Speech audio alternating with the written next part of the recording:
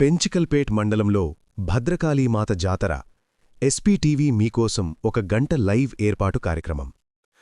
కాళికామాత భద్రకాళీదేవి పరాశక్తి స్వరూపిణి. ఆమె శివుని శక్తి, దుర్గాదేవి యొక్క ఉగ్రరూపం, కాలాన్ని కూడా జయించే శక్తి కాబట్టి ఆమెను కాళి అని పిలుస్తారు.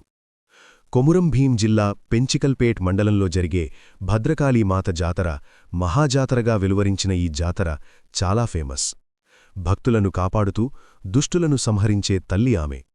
దేవీమాహత్యంలో చెప్పబడిన ప్రకారం మహిషాసురుడు, శుంఘనిశుంభులు, రక్తబీజుడు వంటి రాక్షసులను సంహరించడానికి అమ్మవారు ఉగ్రరూపం ధరించారు. రక్తబీజుడి రక్తం నేలపై పడగానే మరొక రాక్షసుడు పుడుతుండగా కాళికామాత తన నాలుకతో ఆ రక్తాన్ని తాగి అతన్ని సంహరించింది. అందుకే ఆమెను భద్రకాళి అని పిలుస్తారు. భక్తులకు భద్రతనిచ్చే కాళి.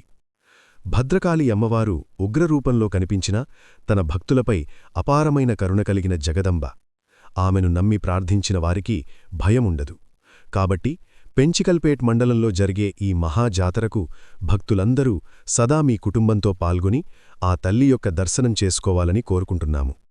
మీలో ఎవరైతే ఈ మహాజాతరకు రావాలని కోరికతో ఉన్నవారు మన ఈ ఎస్పీటీవీ ఛానల్ను సబ్స్క్రైబ్ చేసి మాకు సపోర్ట్ చేస్తారని కోరుకుంటున్నాము.